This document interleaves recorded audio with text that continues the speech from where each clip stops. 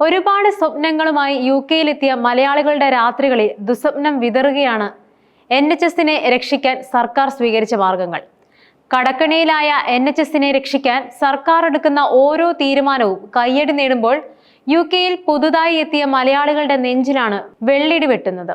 UK-യിലെത്തിയപ്പോൾ കൈ നിറയെ കിട്ടുന്ന ശമ്പളം സ്വപ്നം കണ്ടവർ വാടകയും ബില്ലുകളും അടച്ചു കഴിഞ്ഞാൽ ഒന്നും ബാക്കിയാകാതെ വന്നപ്പോഴാണ് ബാങ്ക് ഷിഫ്റ്റ് എന്ന അധിക വരുമാനം കിട്ടുന്ന ജോലി ദിവസങ്ങളെക്കുറിച്ച് പറഞ്ഞു കേൾക്കുന്നത്.